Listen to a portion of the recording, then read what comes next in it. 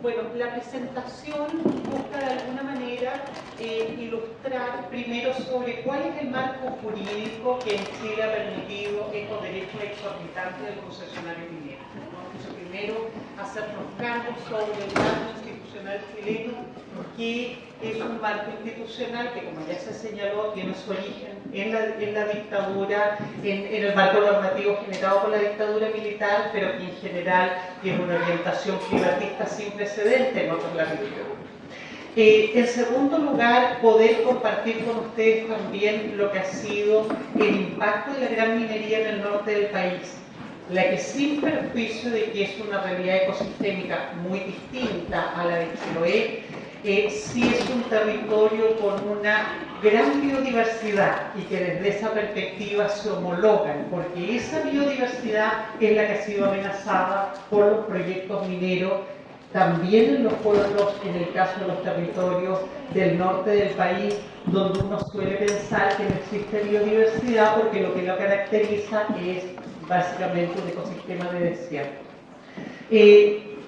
A continuación, quisiera que abordaran las estrategias fundamentalmente jurídicas con las que las comunidades indígenas del norte del país han abordado estas problemáticas.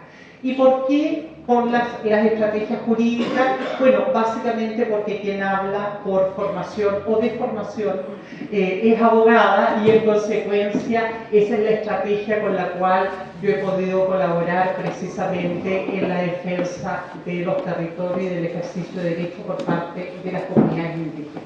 Ahora, ¿con qué herramientas jurídicas? Son herramientas jurídicas que provienen tanto del derecho interno como del derecho internacional. Y lo que quiero compartir con ustedes es una experiencia de éxitos y fracasos.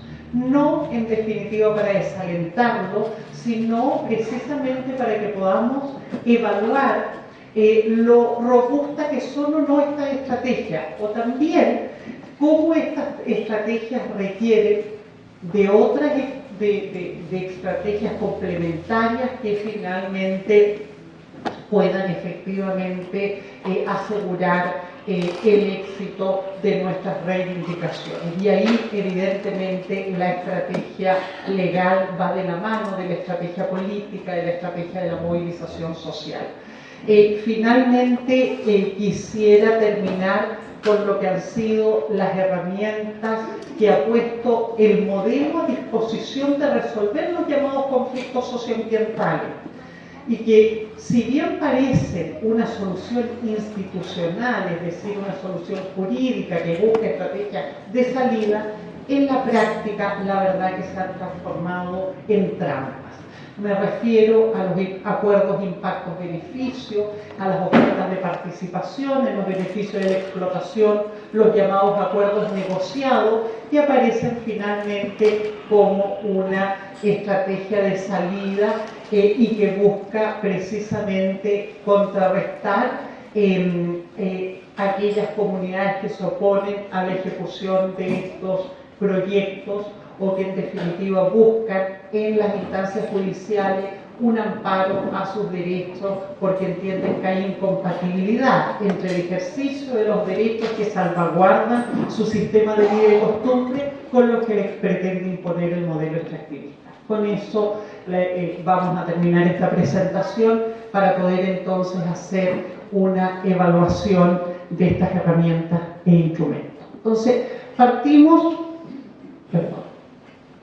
vamos a partir en primer lugar teniendo presente cuál es el marco normativo que en Chile regula los derechos del concesionario minero. Y efectivamente tenemos que los recursos naturales existentes en el subsuelo, que corresponden a recursos naturales mineros, de minería metálica o no metálica, han sido puestos en el mercado de bienes y servicios, en el caso chileno, por la Constitución Política de la República, estableciendo expresamente que el concesionario minero tiene un derecho de propiedad respecto de estos recursos naturales que le son concesionados por el Estado. La primera reflexión que uno tiene que hacer acá es que precisamente la Constitución del 80 implica una regresión respecto a los avances que se tuvieron en este país en la década de los 60 en el imperio de los gobiernos progresistas, donde precisamente lo que se buscaba era la nacionalización de este recurso estratégico por ser fundamental para salvaguardar el crecimiento y el desarrollo equitativo de este país. Una riqueza de todos, un bien social que por lo tanto debiera redistribuirse con las lógicas que impone el interés público y no con las lógicas que impone el interés privado. Entonces, la Constitución del 80 constituye entonces una reversión respecto a lo que fue esa conquista política que se traduce fundamentalmente en la nacionalización de la principal riqueza minera metálica del país, que es el cobre. Pero por otro lado es importante dar cuenta que la Constitución, al blindar este derecho al concesionario con la propiedad privada, no solo permite que estos bienes se trancen en el mercado de bienes y servicios como una mercancía, de la misma forma que se transan los bienes muebles, esta mesa, la silla, los autos, las casas, los bienes raíces, etc. Y por lo tanto al mejor postor, aquel que esté dispuesto a pagar más por estos recursos naturales, sino que además se le otorga al concesionario una garantía que es una garantía constitucional respecto del derecho de propiedad. Es decir, se le dota a la concesión del carácter de derecho fundamental, equivalente al derecho a la vida. O sea, el derecho de propiedad privada en nuestra Constitución está regulado en la Constitución del 80 en el capítulo de los derechos fundamentales, de las garantías y derechos fundamentales de todas las personas que conformamos esta comunidad política, y tiene en definitiva el mismo estatus que tiene el derecho a la vida, incluso más. Uno podría pensar que la Constitución del 80 tiene un estatus superior, porque el derecho a la vida, si bien está reconocido como una garantía fundamental, una serie de otros derechos que inciden en el derecho a la vida, como el derecho a la salud, por ejemplo, no está garantizado como un derecho fundamental. Lo que está garantizado es la libertad de elegir un sistema de salud. El derecho sobre la propiedad privada en nuestra Constitución del 80 es un derecho amparado a la vez por un recurso específico para poder recurrir a tribunales y garantizar su protección cuando el Estado, ejerciendo sus facultades regulatorias, o los particulares pretenden limitarlo. Este es el recurso de protección. Entonces hay quienes sostienen que habría una especie de pirámide de los derechos fundamentales en nuestra Constitución, donde en la cúspide estaría el derecho a propiedad. Ahí está instalado el derecho al concesionario minero. Lo propio ocurre con el derecho al agua. El agua es un bien social por excelencia, por la multiplicidad de funciones que cumple, ambientales, sociales, culturales, porque es de perogrullo, ¿no?, decir que en definitiva no hay ningún ecosistema que pueda ser un ecosistema sin agua, ¿no? El agua es fundamental en la existencia de los ecosistemas terrestres, tanto los que corresponden a las áreas continentales o insulares como el océano, ¿no? Sin embargo, en el caso chileno, si bien se ha considerado que el agua es un bien nacional de uso público, también fue privatizado por la Constitución del 80. Y la Constitución del 80 separó la tierra del agua y permitió que se pudiera constituir una concesión respecto de derechos de agua, la que se otorga al concesionario en forma gratuita y a perpetuidad. O sea, el agua, igual que los recursos minerales, están puestos en el mercado de bienes y servicios y amparados por la misma cláusula de protección constitucional.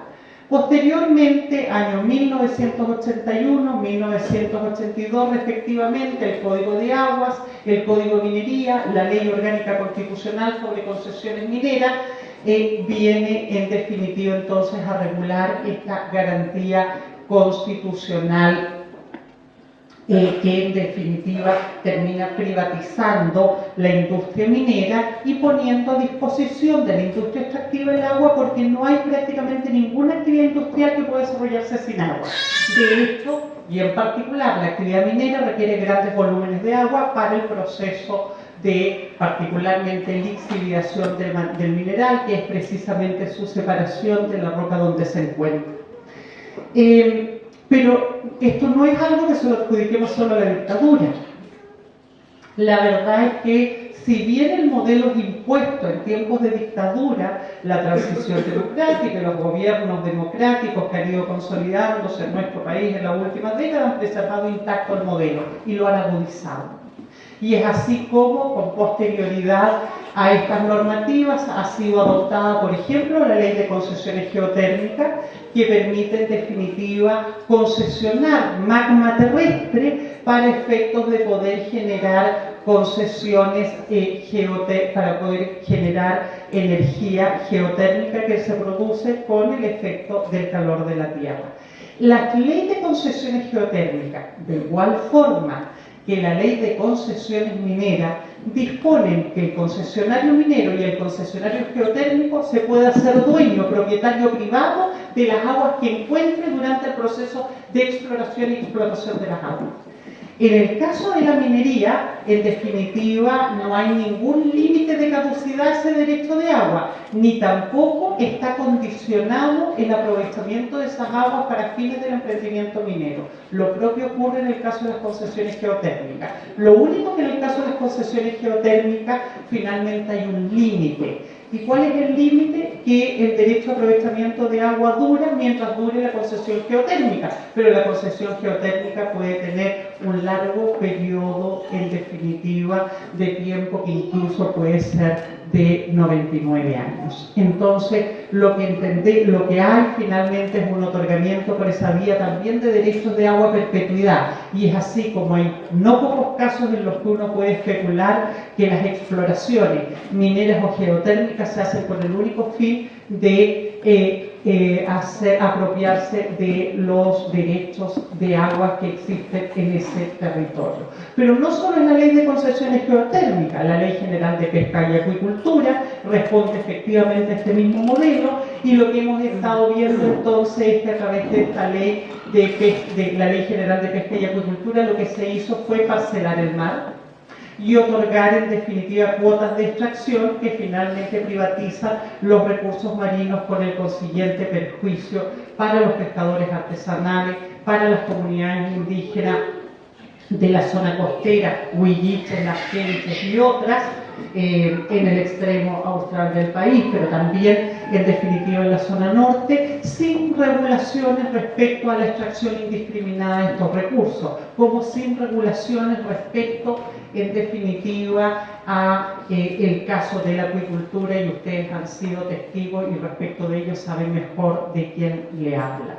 Es importante dar cuenta de que, y lo coloco como un punto que luego podemos retomar, es paradigmático cómo este modelo no solo ha favorecido un proceso, no solo ha blindado los intereses de los particulares respecto a estos recursos, sino que ha generado un proceso incestuoso entre el poder político y el poder empresarial, y de ello dan cuenta todos los hechos de corrupción que hoy día vivimos. Y la expresión tal vez más paradigmática a lo que estamos discutiendo es los casos de cohecho para la aprobación de la Ley General de Pesca y Acuicultura, en donde no solo se pagó a diputados y senadores para efectos de que legislaran de una manera funcional al interés de las corporaciones, sino que además el Tribunal Constitucional, por ejemplo, impidió el procedimiento de consulta indígena respecto a la Ley General de Pesca y Acuicultura.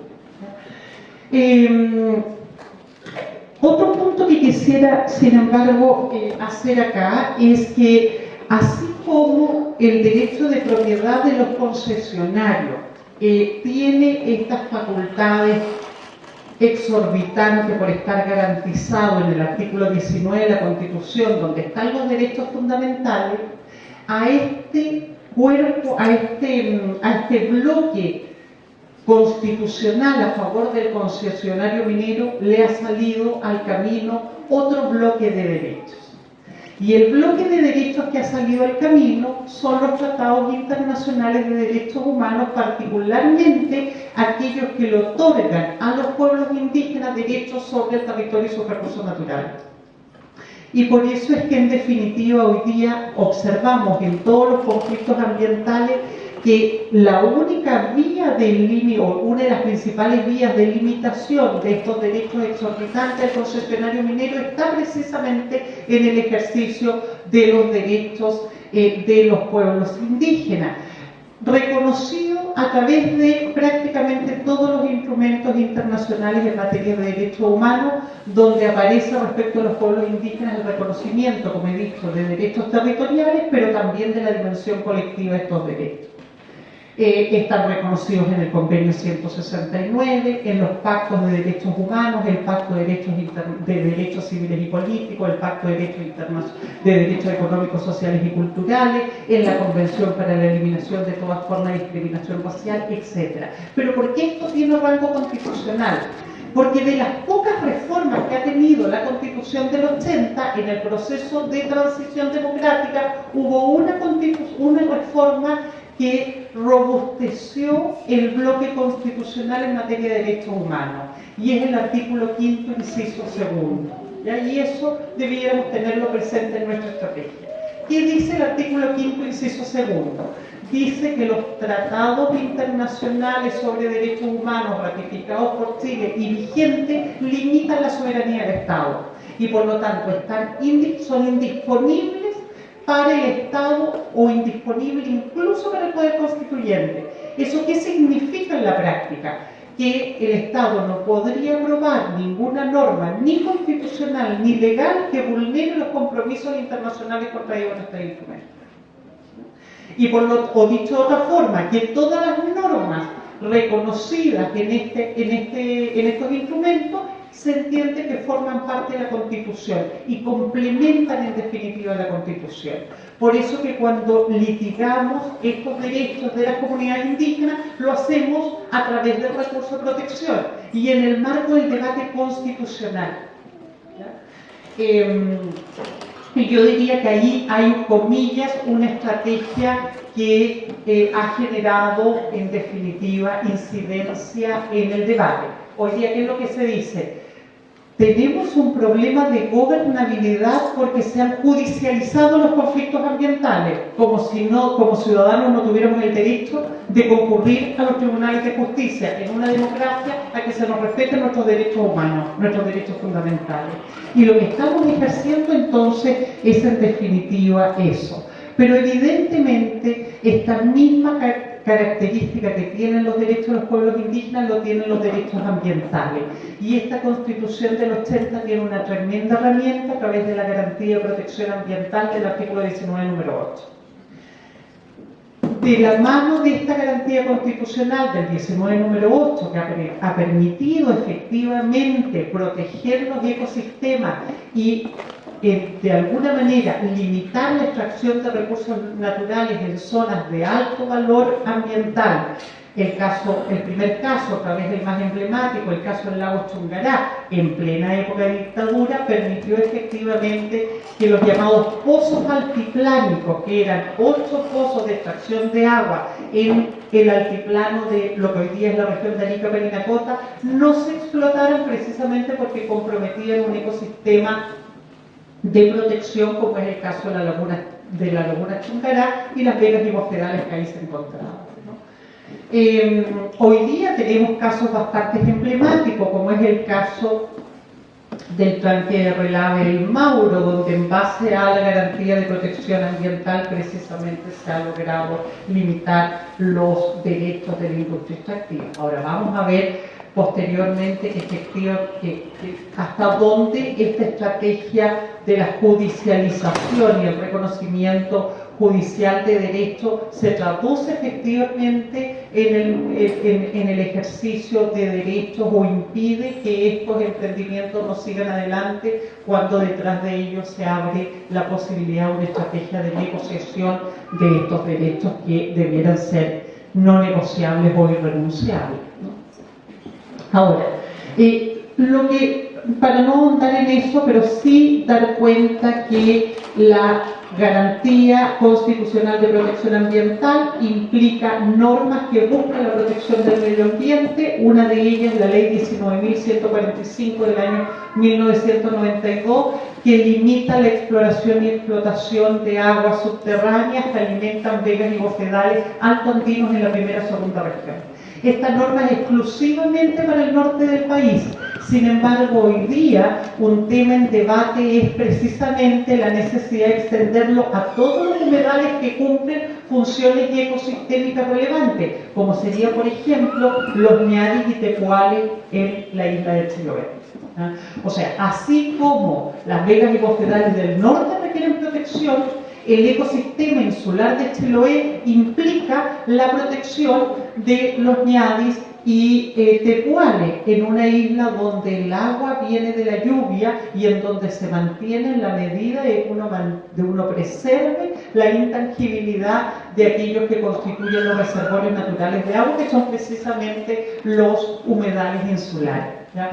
Hoy, cuando se está debatiendo la reforma del Código de Aguas, una de las propuestas es que efectivamente esta protección se extienda no solo a la primera, segunda región, sino que también a la tercera región, porque tienen ecosistemas similares. Por lo tanto, los compañeros del Huasco Alto lograrían efectivamente ampliar la protección que en este momento no tienen, aunque se dan las mismas condiciones que las regiones vecinas. Pero no se extienda al sur del país, a menos que lo defina la autoridad ambiental por un decreto administrativo. Y es un tema súper complejo, porque todos los sistemas humedales en nuestras regiones del sur van a quedar subordinados a la voluntad de la autoridad. Y ahí debemos tener, por ejemplo, claro el caso del humedal Río Cruce. Conocemos todo el gran desastre ambiental que genera la celulosa Valdivia sobre el humedal del Río Cruce, protegido como sitio Ramsar, y que no tiene normas de protección y por lo tanto alertan sobre la necesidad de protegerlo. Otras normas en las cuales podemos basar efectivamente la protección de los territorios y recursos naturales en el país es la ley indígena 19.253 sobre protección, fomento y desarrollo de los indígenas, la ley de base del medio ambiente y la ley de protección del borde costero del territorio marítimo de los pueblos originarios, con todas las limitaciones que pueden tener estas normativas, pero evidentemente estas son en definitiva las normas que nos han permitido organizar la estrategia legal en la defensa de los territorios. Carteras de proyectos en Chile para el año 2015-2024. Chile es un país minero, no cabe ninguna duda, toda la estrategia económica del país está estructurada en torno a promover y fomentar la explotación minera en el territorio. La cartera está compuesta, esta es información otorgada por Cochilco, la Corporación Chilena del Cobre, y ahí está la página web donde ustedes pueden consultarlo. Está compuesta por dos grupos de iniciativas. La primera corresponde a proyectos con mayor probabilidad de materializarse, y se está hablando de aproximadamente 24 iniciativas evaluadas en 31.345 millones de dólares. O sea, estamos hablando de iniciativas mineras del tipo gran minería. Y cuando hablamos del tipo gran minería, normalmente estamos hablando de minería bajo abierto, lo que implica mover grandes volúmenes de material con un alto impacto ambiental. El segundo grupo de proyectos corresponden a los posibles o potenciales. Tienen menor probabilidad de materializarse. Y están subordinados a que cambien las condiciones del mercado, básicamente que mejore el precio de las commodities en los mercados internacionales, demostrando en definitiva la vulnerabilidad de nuestro modelo económico. Es un modelo económico totalmente subordinado a la variabilidad de los precios de las commodities en los mercados internacionales. Entonces, el gran milagro de Chile que vivimos hasta hace pocos años atrás parece que es el gran desastre de Chile hoy día, y vemos cómo se alerta sobre una gran recesión en el país producto de la baja de estos mercados y la restricción de estos proyectos. Chile y la minería industrial. ¿Qué significa esto en el caso chileno? Primero, se funda en la extracción intensiva de recursos naturales no renovables, sin planificación estratégica ni pública. El desarrollo de la minería industrial en Chile está absolutamente determinado por la iniciativa privada, y por lo tanto quien hace la evaluación de oportunidad es el inversor, y el Estado no cumple en definitiva ningún rol en esa materia, mucho menos la ciudadanía, que en Chile no tiene ningún mecanismo institucional efectivo de participación que no sea la participación ciudadana al sistema de evaluación de impacto ambiental, que es meramente informativo. La expansión del extractivismo en Chile, si fuera efectivamente una alternativa que uno estimara viable y que generara bienestar como consecuencia del crecimiento, reconoce sus propios límites por el agotamiento de los insumos que son esenciales para su desarrollo, como el caso del agua dulce. Vemos cómo el extractivismo destruye fuentes de agua, humedales y glaciares en tiempos en zonas donde hay estrés hídrico. El caso del norte es paradigmático al respecto, pero vemos que no es solo una problemática del norte. La cuestión del estrés hídrico hoy día es una problemática a nivel nacional y enfrenta también aquella zona donde había históricamente gran abundancia de agua. Yo no tengo que decirle, pero siempre lo digo, en otras partes la gente se sorprende, aquí qué pena, nadie se va a sorprender, pero yo siempre digo que yo fui a la escuela siempre mojada. No recuerdo haber ido un día seca a la escuela, ¿no? Y tenía una tía que me hacía unos pantalones de lana que se mojaban y se llenaban de barro y uno se iban cayendo cuando iba a la escuela. Era tremendo. Bueno, eso llama la atención de que hoy día uno piense que en el pueblo donde nació, donde el agua siempre ha abundado, se reparta agua con camiones aljibes a la gente durante la temporada de verano, porque las fuentes de agua se han agotado y porque no existe agua disponible para el consumo humano. Hay un progresivo deterioro ambiental consustancial a la gran minería, contaminación atmosférica, depresión de las cuencas hídricas superficiales y subterráneas, destrucción de glaciares, degradación de las condiciones ambientales necesarias para la agricultura, y aquí tenemos evidentemente un elemento que es fundamental respecto de la incompatibilidad que tiene la gran minería respecto de otros modelos de producción y básicamente respecto a cómo compite con la agricultura.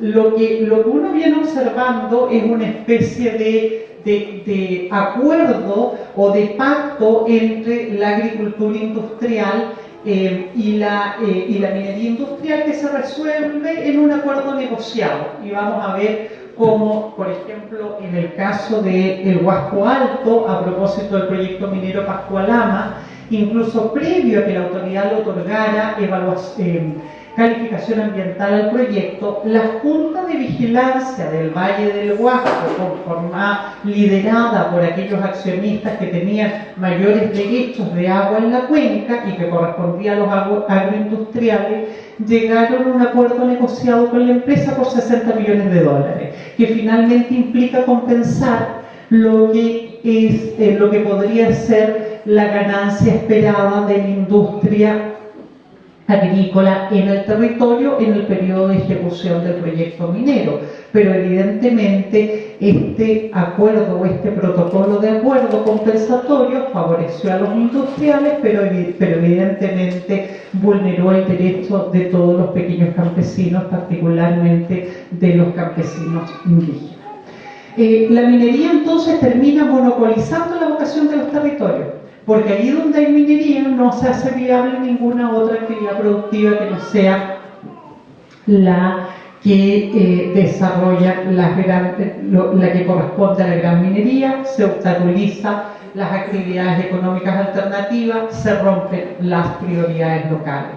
Hay una excesiva dependencia de la industria del precio internacional de las commodities, lo que da cuenta también de los problemas de insustentabilidad económica que tiene el modelo y una tremenda presión sobre la matriz energética del país que genera nuevos efectos ambientales y sociales negativos. De hecho, cuando se dice que en Chile hay una crisis energética, esta crisis energética no es por los arranques domiciliarios, es una crisis energética que está directamente vinculada con la minería.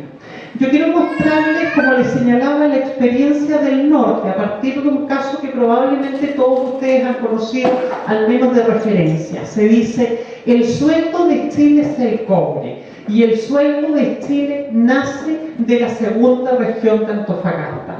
Efectivamente, lo que ustedes ven acá es la segunda región de Antofagasta. El hilo que se ve en tonos azules corresponde al río Loa y sus afluentes, y aquí se desarrolla la gran minería del cobre chilena y la gran minería estatal del cobre chileno. Ahora, estatal, vamos a decir también entre comillas, también tienen lugar actividades mineras por parte de empresas privadas, como es el caso del Abra, pero también de la extracción de nitratos por parte de la famosa SQM. ¿Ya? Lo que ustedes ven acá, en azul, es la captación de agua potable para el abastecimiento de las ciudades que existen en la segunda región. Es importante tener en cuenta que en esta región las aguas superficiales son muy escasas, por lo tanto este es sin lugar a duda el principal río de la región. De hecho, es el principal productor de agua potable. ¿Quiénes son los titulares del agua potable en esta región? ¿Alguien sabe? ¿Imagina? Antofagasta. ¿Quiénes son los dueños de Antofagasta? ¿Ah? Los Luxich. Claro. La empresa sanitaria de servicio y agua potable de Antofagasta es de propiedad de la familia Luxich. Lo que ven en rojo es la captación de agua para la minería. Y ustedes pueden ver arriba el embalse San Pedro, que corresponde a la zona desde donde extrae sus aguas fundamentalmente Codelco. Lo que está en verde son embalses de riego para las comunidades indígenas. Veamos qué ha ido pasando en este lugar. El agua que extrae Codelco y que corresponde al embalse San Pedro ha generado esto que ustedes ven en la diapositiva al frente. Esto no es un desierto naturalmente, a pesar de que estamos en una zona más bien desértica. Lo que ustedes tienen al frente, que hoy día es un desierto, era un río y se llamaba el río San Pedro. Y por este río escurrían sobre 400 litros de agua por segundo. Al fondo, ese es el río. Al fondo, ese espejo que se ve en blanco era una laguna, era un sistema lagunar de 5 kilómetros de diámetro, donde existían vegas y bofedales altoandinos, aquellos que la ley ha puesto bajo protección precisamente por la biodiversidad que contienen. Bueno, esta es la forma como Codelco ha extraído las aguas de ese ecosistema, precisamente para llevarlas a Chuquicamata, para llevarlas a Rodomiro Tomic, para llevarlas a Labra, donde parte de las acciones son de Codelco, y el resultado entonces es que en esa zona no hay ninguna actividad social, productiva, cultural que sea viable. Las piedras que ustedes ven ahí correspondían a un antiguo poblado atacameño. De hecho, la flecha está precisamente sobre lo que eran los cimientos de la antigua iglesia del poblado, comunidades que han sido desplazadas precisamente porque su territorio ha quedado absolutamente inerte. Pero tal vez el caso más paradigmático, porque la gente todavía sigue viviendo en ese territorio, es el caso de la comunidad de Quillagua. La comunidad de Quillagua queda al final de la desembocadura del río Loa. Es una comunidad que tiene 45 litros de agua por segundo, pero que no recibe ni una gota de agua. Y no recibe ni una gota de agua porque el agua se agota, agua arriba, en la extracción que hacen las mineras, las empresas sanitarias, e incluso otras comunidades indígenas, pero no hay nadie que regule efectivamente el que todos los usuarios tengan acceso a este bien común. Pero por otro lado, ustedes pueden ver aquí en negro, lo que ustedes observan ahí en negro, no es que haya, no es un efecto natural, es el resultado de la contaminación por santato que ha sufrido la comunidad de Quillagua, producto de un serio evento de contaminación por el tranque de relave de Talambre, que zozobró en unas lluvias del invierno altiplánico y que finalmente llevaron santato hasta la comunidad de Quillagua. La agricultura en Quillagua murió ese día. De 400 hectáreas bajo riego que tenía la comunidad para producir alfalfa y vegetales que proveían a Antofagasta y a Tocopilla, hoy día no tiene absolutamente ninguna. Y esto es relevante porque en definitiva Codelco que dice, mire, nosotros no somos responsables del derrame del tranque de relaves, porque en realidad el responsable es la naturaleza, porque el invierno altiplánico trajo tanta lluvia que produjo finalmente esta situación de derrame. De modo que no somos responsables, y así lo determinaron las autoridades en la época. Entonces, esto es relevante porque en una zona de alta lluvia, como es el caso de Chiloé, un tranque de relave constituye un peligro, tanto por infiltración de napas subterráneas, como también por los problemas de derrame que puede generar el exceso de precipitaciones que es característico, en definitiva, del lugar. ¿Ya? Recientemente, en noviembre de este año, en Brasil se vivió una grave situación de derrame de tranques de relave en el Valle del Lama, en la Amazonía boliviana, que terminó producto precisamente un aumento de las precipitaciones que hicieron zozobrar el tranque de relave. ¿Cuáles son los derechos que tienen las comunidades indígenas en particular? Y hablo de comunidades indígenas en particular, esta presentación se va a centrar en esto porque es el área de mi especialidad. En el día de mañana van a estar compañeros, colegas que se van a referir fundamentalmente al tema ambiental, que es precisamente el área de su expertise. De modo que yo voy a trabajar básicamente el tema de los derechos territoriales de comunidades indígenas. Y me voy a circunscribir fundamentalmente al convenio 169. ¿Por qué al convenio 169? Porque no cabe duda de que el convenio 169, que es un instrumento específico en materia de protección de derechos indígenas, ha sido ratificado por nuestro país, se encuentra vigente y por lo tanto hace parte del bloque constitucional de derechos fundamentales. ¿Qué reconoce el convenio 169? El derecho de propiedad y posesión de los pueblos indígenas sobre las tierras que tradicionalmente ocupan. Y esto es súper relevante, porque se habla de propiedad o de posesión porque no se les exige título de dominio. Tiene el carácter de propiedad la ocupación inmemorial que los pueblos indígenas han hecho de esos espacios territoriales, de modo que sus derechos no queden subordinados al reconocimiento que haga el Estado de esos derechos. ¿No? Los pueblos indígenas son dueños por derecho propio o consuetudinario. Y se funda este derecho en el uso inmemorial, aún a falta de título. El derecho no es solo sobre las tierras, sino sobre el territorio. Y territorio es la totalidad del hábitat que los pueblos indígenas ocupan y poseen. Por lo tanto, estamos hablando de una dimensión ecosistémica. Y esto es clave porque en la lógica del título de dominio, la perspectiva de la autoridad es reducir el territorio y desconocer efectivamente que este territorio lo conforman también aquellos sistemas que le dan sustentabilidad a estos espacios. Es por ello entonces que el reconocimiento es sobre los recursos naturales que se encuentran en el territorio que habitan los pueblos indígenas desde tiempos inmemoriales, y se les reconoce el derecho a participar en la utilización, administración y conservación de estos recursos naturales.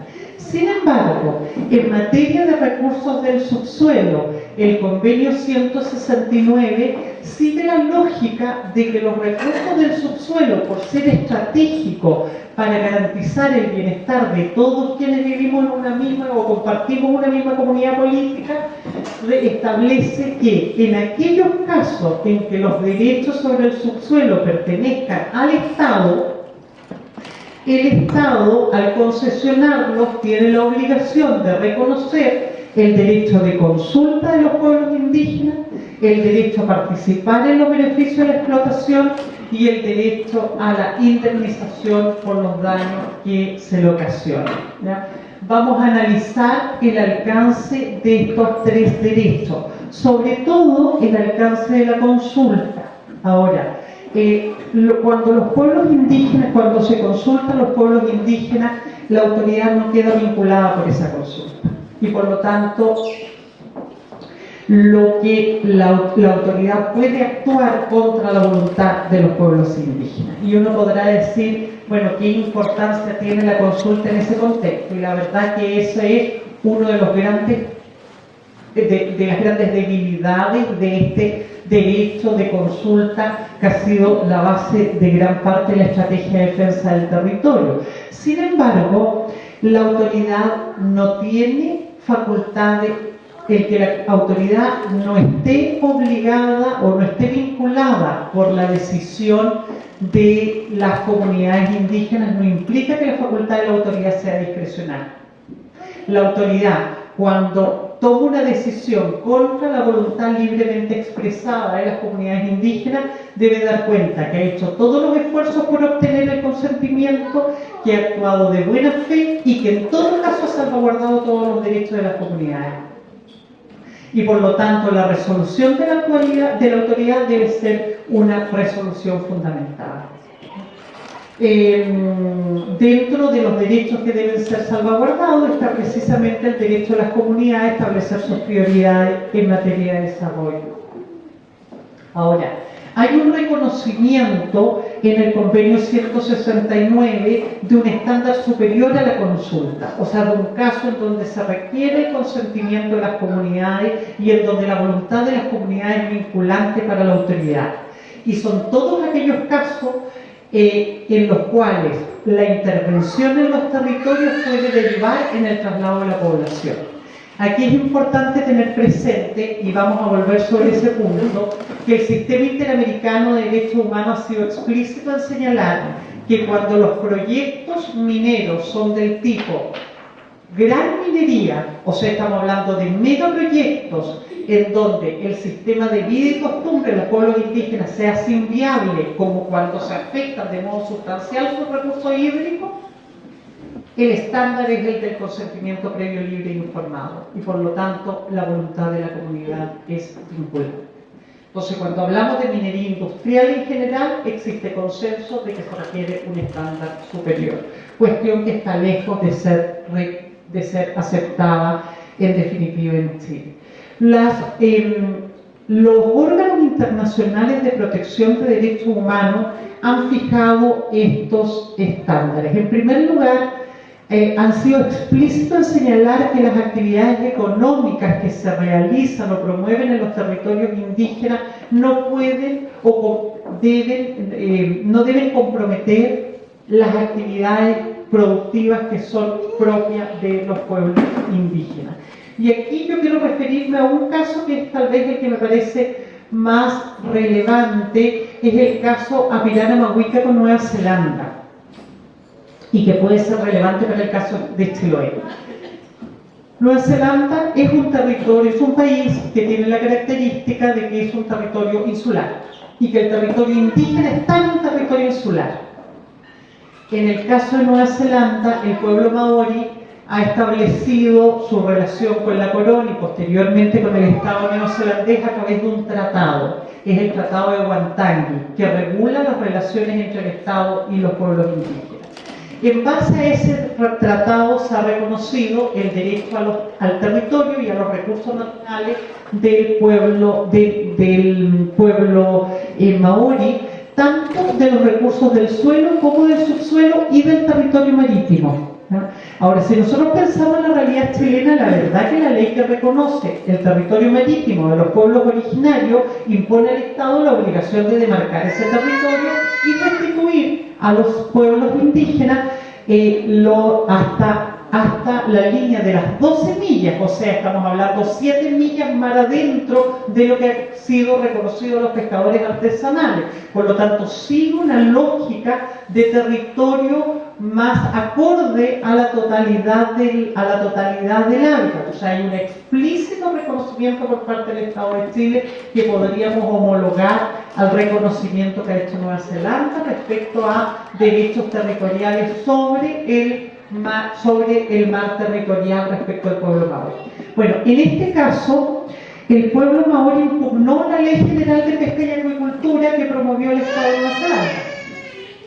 Y el argumento era que comprometía las actividades productivas tradicionales del pueblo maorí.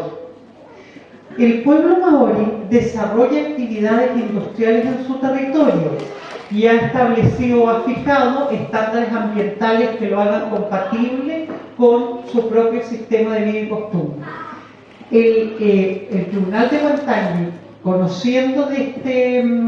en Nueva Zelanda había concesionado el territorio marítimo para explotación industrial por parte de barcos factoría transnacionales. El Comité de Derechos Humanos determinó que se estaba comprometiendo el sistema de vida y costumbre del pueblo maorí, que por lo tanto la ley vulneraba sus derechos fundamentales y que el pueblo maorí tenía amparo a desarrollar actividades productivas en ese espacio territorial marítimo, no solo de tipo tradicional, sino que también de tipo industrial que hacían parte de su tradición, porque entiende que el pueblo maorí salvaguarda su autonomía a través del uso y gestión sostenible de su territorio. Un caso más reciente que involucra a Ángela Poma Poma con Perú. Esto es importante señalarlo para el evento de una posible estrategia de este tipo.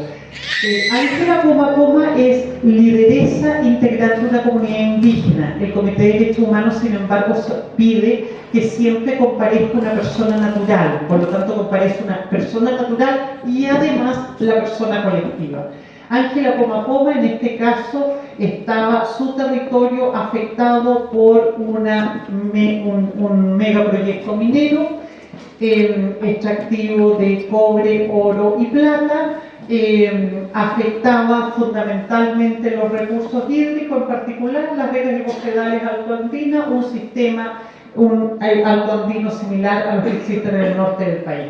¿Qué es lo que estableció el Comité de Derechos Humanos de Naciones Unidas? Que las actividades económicas de valor cultural demandan participación directa de las comunidades en el proceso de extracción de los recursos naturales, que esta participación debe ser efectiva, pero que requiere además el consentimiento de la comunidad. Es decir, sin el consentimiento de la comunidad libre, previo e informado, los miembros de la comunidad no pueden desarrollarse las actividades extractivas, y siguió la misma tendencia de la Corte Interamericana en el sentido de que los megaproyectos requieren un estándar superior a la consulta y son vinculantes para la autoridad. La falta de consulta, estudios de impacto ambiental y medidas para minimizar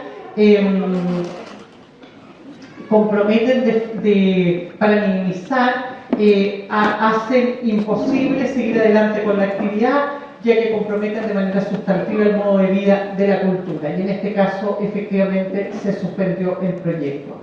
Es importante dar cuenta que el comité, de la misma forma que el Sistema Interamericano de Derechos Humanos lo hace, exige estudios de impacto ambiental de carácter previo y autónomo, y por lo tanto ponen en cuestión un eje del sistema de evaluación de impacto ambiental en Chile, y que es que los estudios de impacto ambiental sean realizados por las empresas que ejecutan los proyectos. En consecuencia, no cuenta con este indicador de autonomía que están exigiendo los organismos internacionales de derechos humanos. Entonces, una cuestión que es clave de exigir es estos estudios de impacto ambiental autónomos e independientes. ¿Qué es lo que ha dicho el Sistema Interamericano de Derechos Humanos? En primer lugar, ha reconocido derechos de propiedad colectiva, ha reiterado que los pueblos indígenas tienen derecho de propiedad colectiva sobre las tierras que ocupan desde tiempos inmemoriales, y que el título que le otorga este derecho es el uso inmemorial refrendado por la costumbre, no por el título otorgado por el Estado. Y así como tienen derecho de propiedad sobre las tierras, lo tienen sobre todos los recursos naturales existentes en las tierras de ocupación tradicional. Y en el caso de planes de desarrollo e inversión de gran escala que provocan un impacto mayor en los territorios indígenas, establece que el estándar es del consentimiento previo, libre e informado. Esto es súper clave de tener presente, porque Chile está haciendo absolutamente todo lo contrario a lo que dicen estas instituciones, ¿no? En el caso chileno, y lo vamos a ver a continuación, se dice que solo va a haber derecho a consulta si es que se acredita un alto impacto a las comunidades indígenas. En circunstancias que el alto impacto a las comunidades indígenas no es la hipótesis de consulta, sino que es la hipótesis de un estándar superior de consentimiento previo, libre e informado. Vamos a revisar la jurisprudencia de los tribunales en Chile y vamos a ver la forma arbitraria en que se está aplicando este estándar, y que nos lleva a que probablemente gran parte de los fallos vayan a estas instancias internacionales para revisión. Los casos donde se ha fallado están señalados acá: Aguas TIC con Nicaragua, Yaqui-Axa, Sabayamaxa con Paraguay, en el caso de recursos naturales, en el caso de los proyectos a gran escala, Saramaca con Surinam.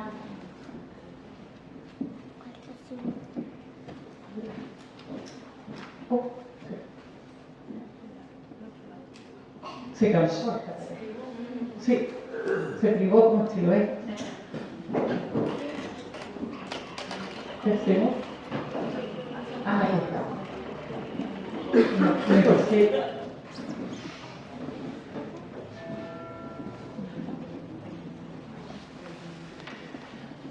Aquí hay un punto que es relevante. Respecto a la consulta, se han establecido estándares específicos en el Sistema Interamericano de Derechos Humanos. Y a esta altura hemos hablado que los proyectos requieren estudios de impacto ambiental autónomo, primera cosa, ¿no? Segundo, que cuando se trata de megaproyectos no se requiere consulta, sino que consentimiento, por lo tanto la voluntad es vinculante. Ahora, cuando se requiere consulta, ¿cómo hay que proceder?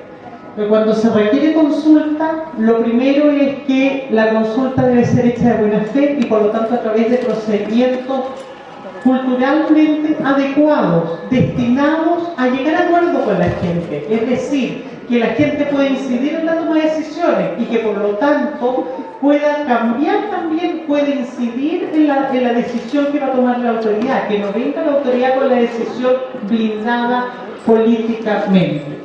No debe agotarse en un trámite meramente formal, debe ser un instrumento de participación, de diálogo, de respeto y de confianza mutua,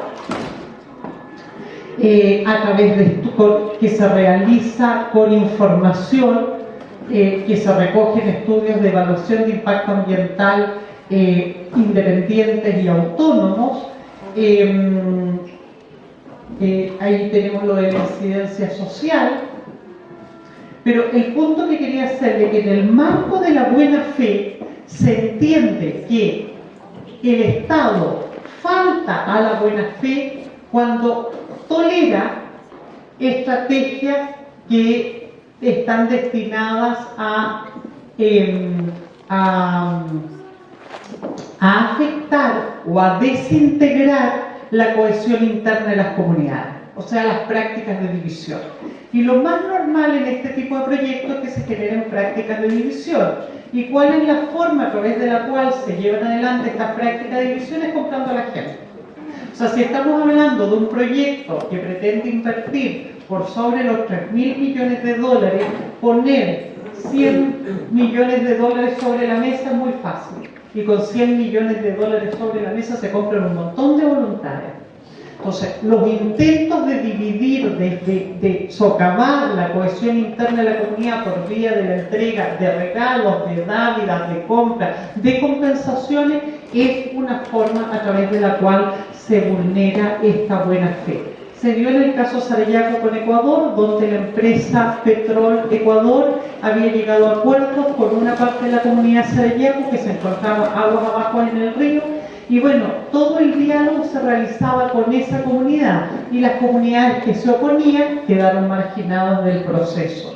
La Corte Interamericana acogió la demanda de los opositores al proceso, entendió que la participación debería hacerse a través de las instancias de participación legítima de la comunidad y por lo tanto eran las validadas por los procesos tradicionales y no las validadas por las autoridades estatales, y que esta estrategia de dividir a la comunidad por la vía de la compra de voluntades expresada en protocolos compensatorios era un atentado a la buena fe.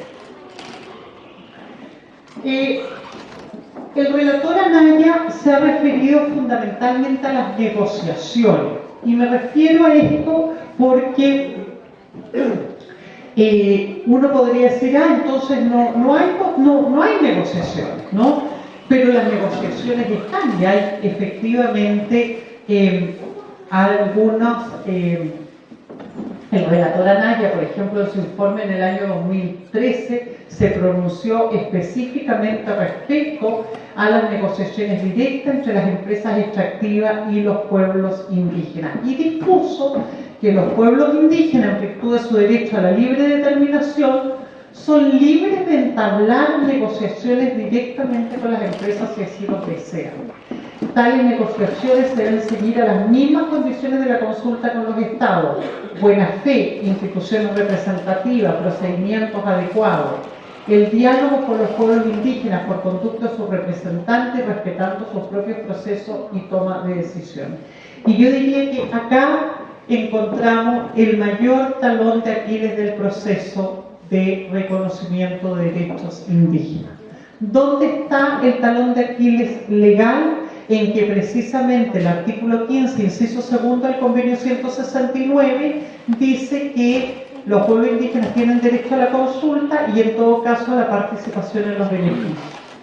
Esto en definitiva ha abierto todo un debate respecto a que los pueblos indígenas pueden negociar para la protección de sus derechos y que en último término, aun cuando no logren la salvaguarda de sus derechos, pueden compensar la pérdida de derechos por la vía de la participación en los beneficios.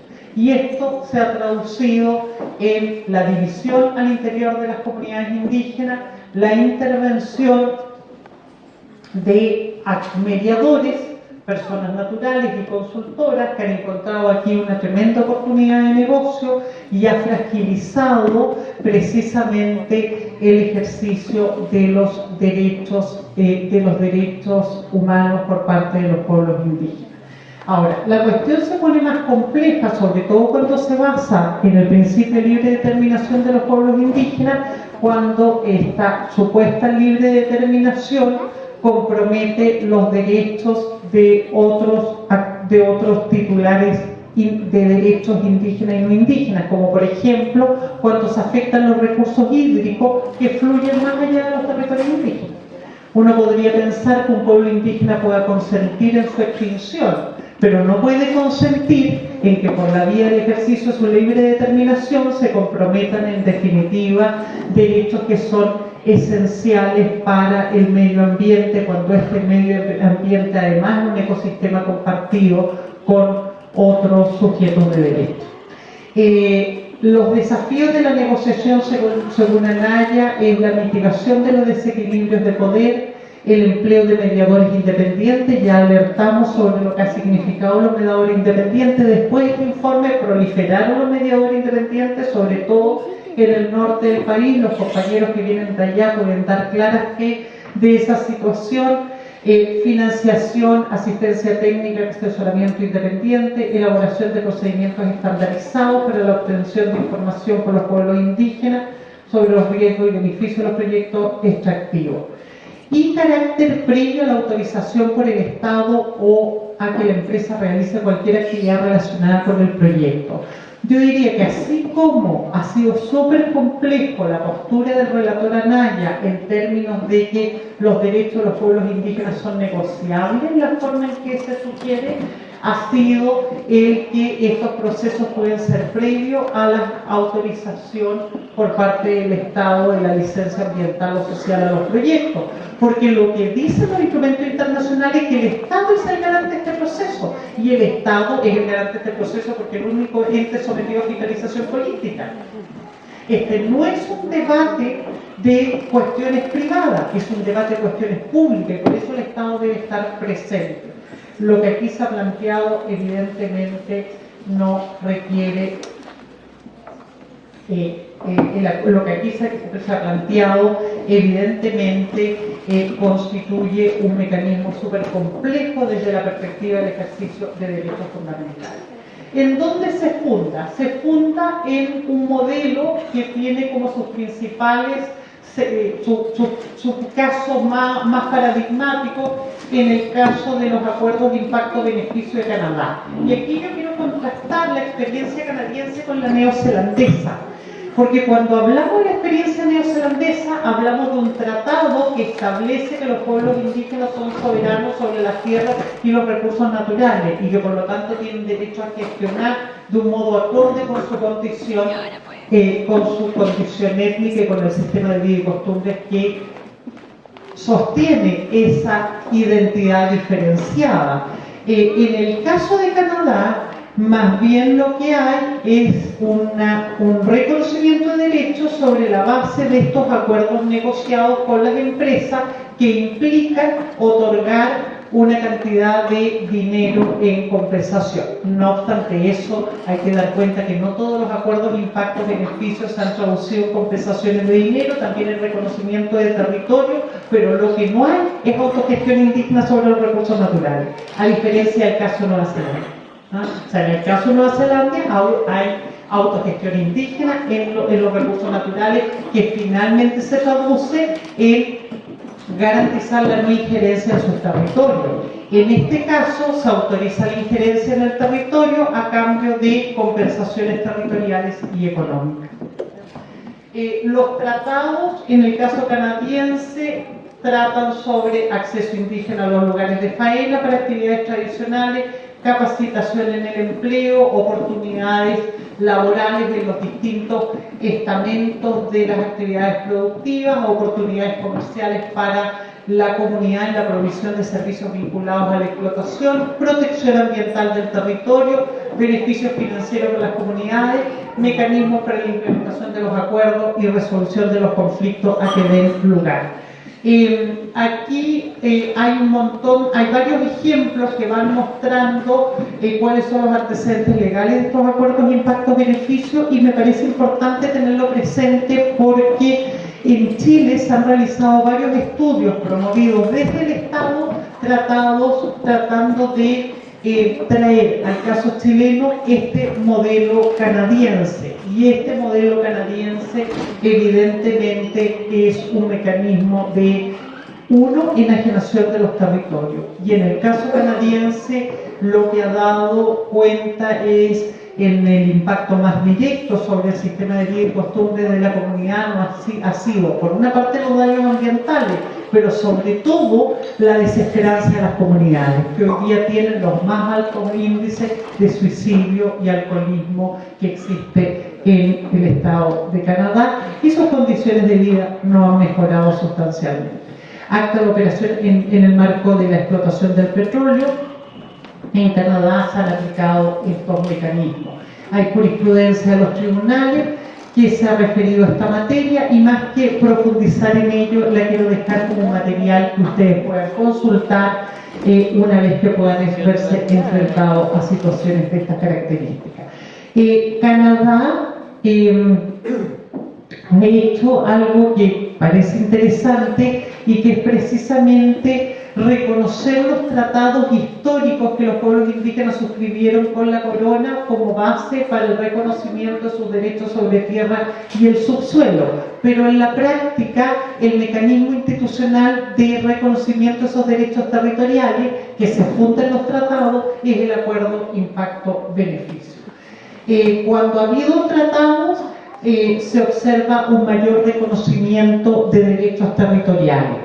El caso de los Inuit de Nunavik en Falcon Bridge, aquí la mina Raglan le entregó a los Inuit 4,5% de las ganancias de la mina una vez recuperada la inversión.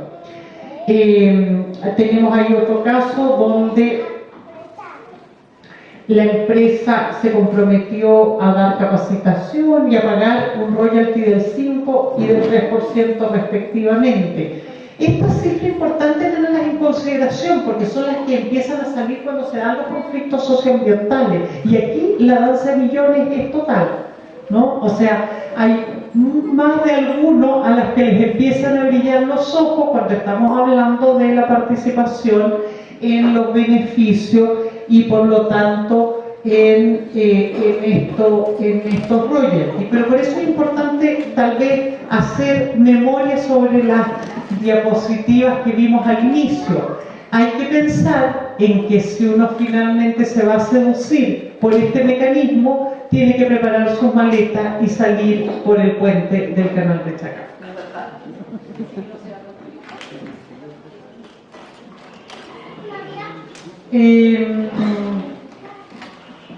También el Estado ha establecido políticas de participación en los beneficios. Cuando se habla básicamente de los acuerdos con el Estado, parecen ser más generosos que los acuerdos con las empresas. Aquí estamos hablando de un 25% de ingresos, pero en territorios donde hay mayor reconocimiento de derechos. ¿Qué ha pasado en Chile? Y con esto, para ir ya un poco cerrando la presentación y no cansándolos más en esta tarde, en Chile hemos tenido algunos avances que nos han permitido revertir este proceso de privatización. Algunos casos ganados, hoy día son nuestro caballito de batalla, pero muchos ganados que luego hemos tenido que, pasos que hemos avanzado y luego hemos tenido que retroceder, otros que se han consolidado. Uno de los avances que se han tenido es en el reconocimiento de los pueblos indígenas de su derecho a propiedad ancestral sobre las aguas. O sea, en Chile, respecto a pueblos indígenas del norte, cuyas aguas habían sido privatizadas a nombre de empresas sanitarias, por ejemplo, en el caso de la comunidad tacameña de Toconce, la empresa sanitaria Servicio de Agua Potable SAN, de propiedad de los Luxes, la comunidad logró recuperar 100 litros de agua por segundo de los 400 litros que SAN tenía en el río Toconce. Y a pesar de que SAN tenía los derechos inscritos, la Corte reconoció que los pueblos indígenas tenían propiedad ancestral sobre esos recursos y que eso era preexistente a la Constitución del Estado chileno, y que por lo tanto la sentencia que reconoce la propiedad ancestral sobre las aguas era meramente declarativa del dominio. Pero aquí dijo una cosa que es bien importante. Dijo que esto era similar al mecanismo de reconocimiento del agua fundada en el uso tradicional que tiene el artículo 2 transitorio del Código de Aguas. Es decir, si las comunidades indígenas, si los campesinos, los pescadores, las personas naturales que han hecho uso tradicional de aguas, hoy día inscrita a nombre de terceros, pueden acreditar que tienen uso tradicional, podrían eventualmente revertir esos derechos inscritos. Pero es súper importante tenerlo presente y hacerlo a la brevedad, porque la reforma al Código de Agua reconoce que los pueblos indígenas pueden inscribir sus aguas consuetudinarias cuando lo estimen conveniente, no hay plazo de caducidad. Pero aquel que no sea indígena, una comunidad campesina, va a tener un plazo solo de 1 año para hacerlo. Eso es lo que dice la reforma al Código de Agua. Una vez más, sacrificando los modos de vida campesinos en nuestro país, ¿ya? Un caso similar es el caso de la comunidad Chumbi-Sumagama con la empresa embotelladora Chumbi-Sumagama, donde también se reconoció la propiedad ancestral y se revirtió la inscripción a nombre de esta empresa embotelladora que había confiscado los derechos de agua de la comunidad. Las normas de protección de humedales han servido para evitar la extracción de agua en el altiplano chileno. En este caso de Pampa Colorada, en una resolución del 19 de noviembre de 2007, se logró que la autoridad ambiental rechazara un proyecto de minera escondida de BHP Billiton que pretendía extraer 1030 litros de agua por segundo, que eran aguas subterráneas que alimentan las vegas y bofedales de la comunidad Socaire. Para que pensemos en 1030 litros por segundo, lo que significa el río Loa, que yo les mostré, que es el río más importante de la segunda región, tiene 2000 litros por segundo de caudal. Y aquí iban a extraer 1030 litros por segundo, o sea, una gran cantidad de agua subterránea, prácticamente vaciar una laguna subterránea en el altiplano. Pero también de esta misma forma se ha logrado, por las normas de protección ambiental fundamentalmente y la preservación del sistema de vida y costumbre de las comunidades indígenas ribereñas, por ejemplo, un proceso de trasvase de agua en el río Loa. ¿Se recuerdan los embalses azules que vimos en el mapa? Bueno, ESAN, la empresa de los Luxich, le había vendido las aguas potables del embalse de Lequena a la minera Doña Inés de Coyahuasi. Y se iban a llevar el agua desde el río Loa hasta el altiplano de la primera región para darle agua dulce a la minera Inés de Coyahuasi, o sea, el agua de los antofagastinos y de la gente tocopilla, de la gente melipilla, a ser utilizada en el proceso minero. Afortunadamente, bueno, esto es un caso en el que se rechazó en definitiva el proyecto, pero la autoridad no dijo nada. La autoridad dijo que no era viable mitigar los impactos ambientales, pero no dijo que no se podía destinar a minería agua que estaba destinada a agua potable. Por eso es tan relevante en el debate constituyente exigir el reconocimiento de las aguas en su multiplicidad de funciones como un derecho fundamental que no se agota en el derecho al agua y el saneamiento, sino que fundamentalmente en el cumplimiento de las distintas funciones que cumple el agua como bien social. Agua potable y saneamiento, pero al mismo tiempo agua para la sustentabilidad de los ecosistemas, agua para viabilizar el sistema de vida y costumbre de formas de vida que todavía existen en nuestra sociedad, como son las de pueblos indígenas, las de campesinos y las de pescadores. Protección especial de los territorios y recursos naturales. Se ha reconocido un concepto amplio de medio ambiente. En el caso más claro es el caso de la Machi Francisca Linconao, hoy encarcelada. La Machi Francisca Linconao logró la protección de las fuentes de agua de su comunidad, que si bien estaban ubicadas en tierras de propiedad privada, o sea, la Machi buscó proteger una vertiente que se encontraba en tierras de propiedad de una empresa forestal. ¿Y qué dijo la Corte? La Corte dijo, pero esas tierras, aunque están en propiedad privada, están en el territorio de la comunidad, porque la comunidad usa esos recursos naturales y por lo tanto son parte del hábitat de la comunidad. ¿Se recuerdan que hablábamos del territorio como la totalidad del hábitat? Bueno, acá la Corte de Apelaciones de Temuco reconoció los derechos de la comunidad y estableció que la noción de medio ambiente es un concepto amplio que no solamente involucra variables ecosistémicas y de biodiversidad, sino que también socioculturales.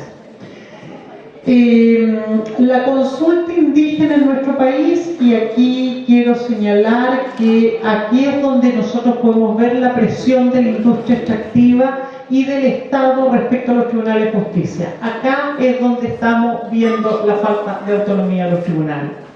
Todos los fallos que ustedes tienen al frente son fallos que se perdieron en tribunales por consulta. Casos de proyectos donde no se admitió la consulta indígena. ¿Y por qué no se admitió la consulta indígena? Porque lo que estableció la Corte en ese caso es que la consulta indígena era equivalente a la participación ciudadana. Y por lo tanto, admitió consulta solo si había participación ciudadana y homologó la consulta a la participación ciudadana, sin hacer realmente consulta indígena. Y esto es Palguín, Pepiuquelén, Mewin, Quepe. De esta región son Pepiuquelén, bueno, el Mewin está en la región de los ríos, pero Pepiuquelén es un caso que se dio en Pargua, precisamente, y a propósito de una salmonera que contaminaba las aguas de la comunidad, y ahí lo que dijo, mire, en realidad como hay un alto impacto, requiere un estudio de impacto ambiental, y vamos a hacer y ahí lo que corresponde a una participación ciudadana de acuerdo con el sistema de evaluación de impacto ambiental. Recién se consideró que había un estándar especial de consulta en los casos que tenemos a continuación: Puquiñe, Plan Regulador San Pedro de Atacama, Paguanda y Parque Eólico Chiloé. Pero nuestra alegría duró hasta hace 2 semanas atrás. O sea, si hace 2 semanas atrás yo hubiera venido a esta presentación, habría dicho: hemos avanzado en el reconocimiento del derecho a consulta indígena con los estándares del Convenio 169. Por lo menos la Corte Suprema ha sido consistente en reconocer que, habiendo susceptibilidad de afectación a una comunidad indígena, se requiere un estudio de impacto ambiental y consulta de acuerdo a los estándares del Convenio 169. Hasta que llegamos al caso Paguanta. El caso Paguanta se había ganado, pero cuando la autoridad... El caso Paguanta se había ganado, pero cuando llegamos a que se implementara la consulta, la autoridad solo consultó a la comunidad que había llegado a acuerdo con la empresa. Y argumentó que era la única comunidad afectada porque el proyecto estaba en las tierras de esa comunidad. Y no consideró que aguas abajo se encontraban 10 comunidades indígenas cuyos derechos sobre el agua se veían afectados porque la exploración que estaba haciendo la empresa minera estaba afectando el nivel freático de la cuenca. Y por lo tanto estaba disminuyendo los recursos hídricos disponibles para la comunidad. Bueno, la Corte Suprema primero dijo, recurrimos de protección, la Corte Suprema dijo, esto no es competencia de la Corte Suprema, es competencia de los tribunales ambientales, cuestión que es compleja porque toda discusión de derechos humanos que se dé en el marco del sistema de evaluación de impacto ambiental ya no se ve en la Corte Suprema, se está viendo en los tribunales ambientales, con una obsecuencia a la autoridad y a las empresas sin precedente. Y este es un caso sintomático a este respecto.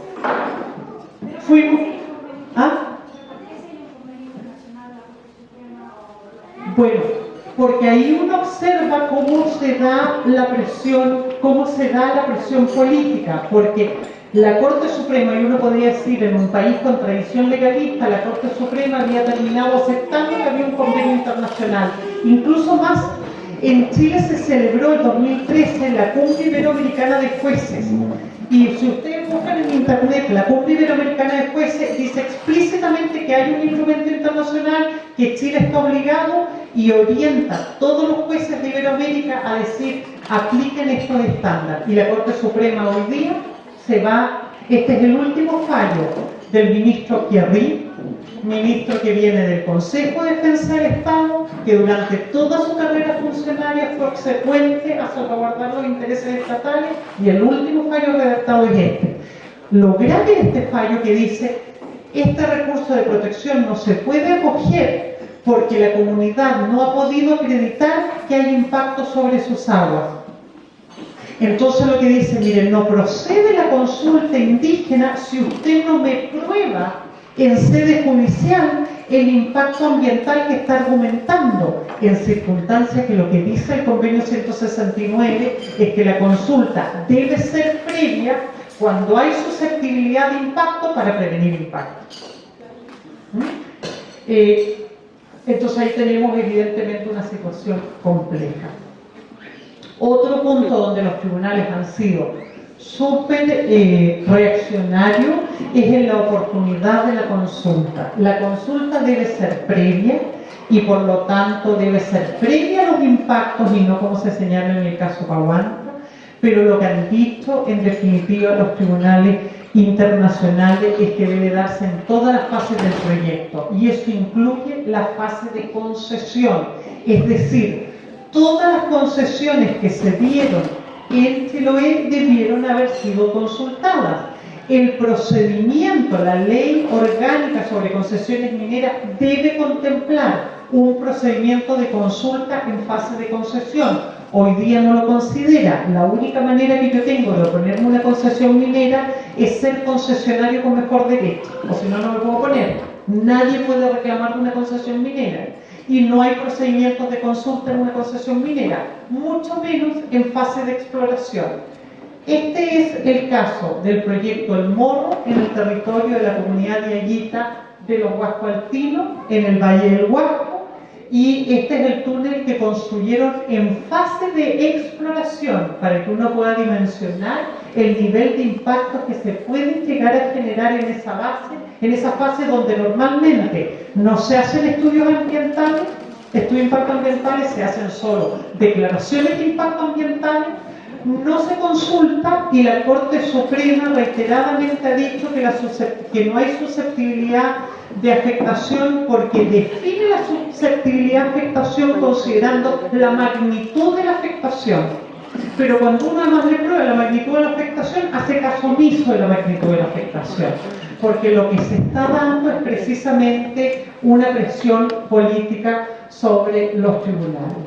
Algunos lineamientos estratégicos para la exigibilidad de derechos reconocidos por el Convenio 169, y con esto termino. Demarcación y restitución de las tierras y agua de uso ancestral es clave. En la medida que uno tiene certeza jurídica sobre el territorio, las aguas, los recursos, es más fácil hacer la gobernanza. Autogestión indígena en los territorios ancestrales para que se priorice un modelo de desarrollo. Pero es súper importante tener claro cuál es el modelo de desarrollo por el que uno está apostando.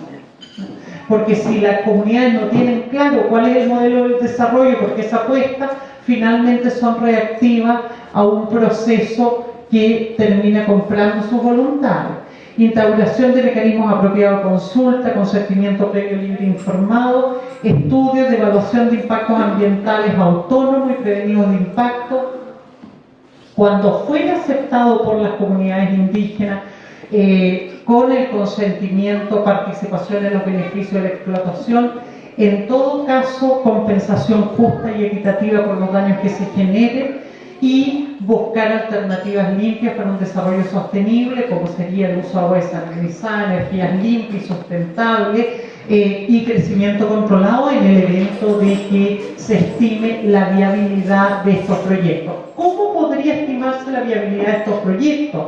Siempre y cuando fueran el resultado de un proceso de debate democrático y participativo donde Chile determina que parte de su territorio se coloca a disposición del desarrollo minero y de qué manera el desarrollo minero efectivamente garantiza desarrollo sustentable y equitativo en el país y no es solo una subasta de nuestros recursos estratégicos. La última diapositiva de alguna manera problematiza un poco el cómo este extractivismo solamente evidencia nuestro nivel de subdesarrollo o las debilidades de nuestro modelo de desarrollo en la medida en que se encuentra subordinado sobre la extracción primaria de recursos naturales, lo que no hace ninguna economía sustentable en el mediano y largo plazo, compromete nuestros recursos y nos hace cómplices con las empresas en el sacrificio de las futuras generaciones que no pueden vivir en este país si continuamos con este espiral extractivista. Por eso,